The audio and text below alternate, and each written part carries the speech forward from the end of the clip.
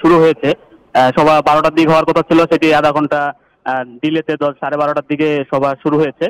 প্রথম দিকে মালিকরা, গার্মেন্টস যে মালিকরা রয়েছেন তারা কথা বলেছেন। তারা যে জিনিসটি সবচেয়ে বেশি তুলে ধরেছেন যে এই 1 আগস্টের রাজনৈতিক পট পরিবর্তনের পর যে পোশাক যে কারখানাগুলো রয়েছেন, পোশাক শিল্পগুলো রয়েছেন, এখানে যে হামলাগুলো হচ্ছে, এতে করে তারা বেশ বিপাকে পড়ে গেছেন।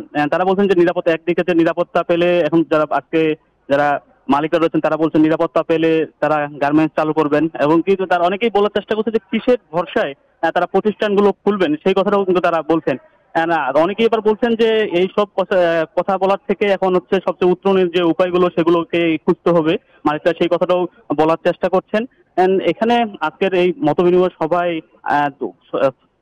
বাণিজ্য উপদেষ্টা আদিলুর রহমান খান, এবং কেউ হচ্ছে শ্রম ও কর্মসংস্থান উপদেষ্টা সজীব মাহমুদ ভুইয়া, এবং এর সাথে আরেকজনে রয়েছেন মৎস্য ও প্রাণী সম্পদ উপদেষ্টা ফরিদা আক্তার।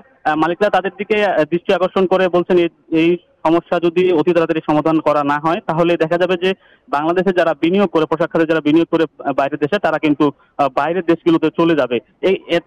এবং তারা বলতে চেষ্টা করছেন যে এই পর্যন্ত অনেক বায়ার বিনিয়োগকারী কিন্তু ভারত, পাকিস্তান এবং কি শ্রীলঙ্কার দিকে ধাবিত হচ্ছে। তারা এই জন্য বারবার করে চেষ্টা করছেন যে এই সমস্যা যেন অতি শীঘ্রই সমস্যার সমাধান করে নেওয়া হয়।